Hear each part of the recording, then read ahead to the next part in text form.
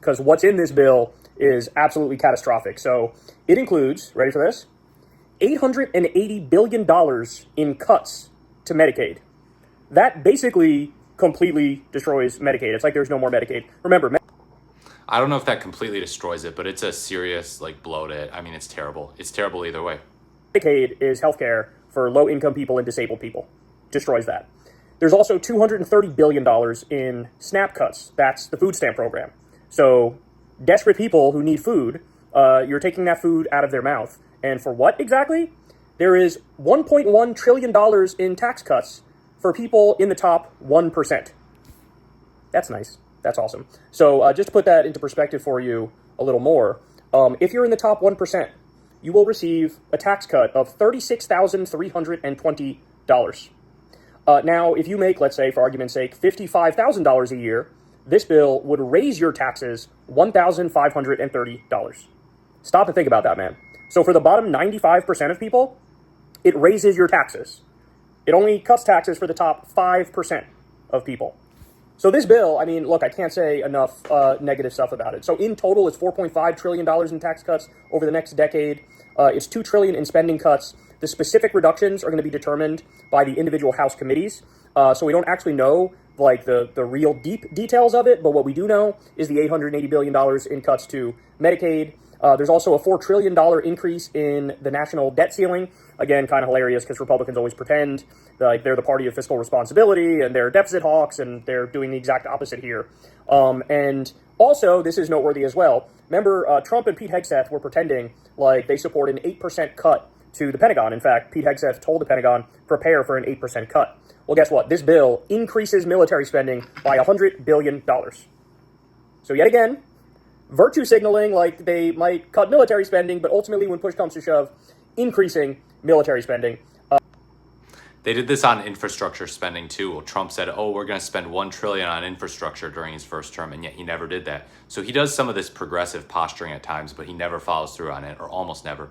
So yeah, Cenk Uygur is going to be very disappointed in Trump and Hegseth and Elon Musk for this. And of course, they're going to use budget reconciliation to try to get this thing through in the Senate. So look, this is catastrophic. This is a disaster. And as I said, if you voted for this, you are not a moderate by definition. You are an extremist.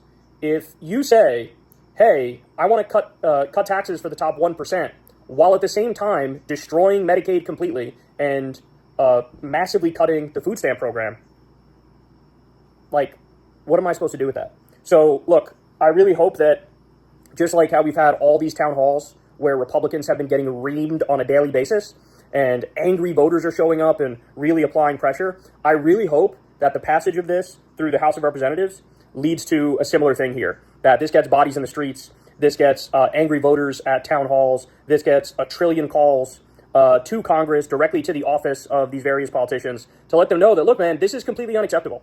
This is unacceptable. So, I mean, yeah, people are probably going to die as a result of this, and it's not hyperbolic to say. I just don't know how much the average American is going to follow up on this type of thing and know all the policy details. So I like Kulinski's optimism here. I just wonder if it's going to manifest with an American public who's not super concerned about policy minutia. So, anybody who is still holding on to the hope, which at this point was hilariously naive, that, well, maybe the MAGA Republican Party is different. Maybe they're populist. Maybe they'll actually look out for working people. That notion is so immensely dead that it's mind-boggling. The whole point of this party is to suck off the robber barons and tell working people to eat shit and die. They may as well name the budget resolution that. We'll suck off, it's kind of wordy, but we'll suck off robber barons, and poor people and middle-class people can eat shit and die.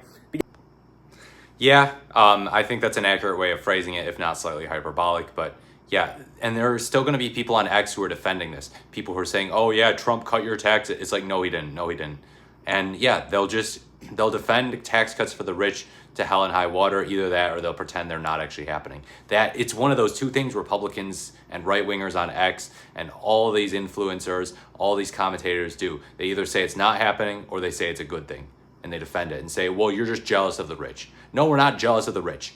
The rich, look, if you have a ton of money, good for you, but you should not have your taxes cut even more. You should not be given giant giveaways at the expense of the American taxpayer. No way. So great points from Kulinski. I agree with almost everything he said here.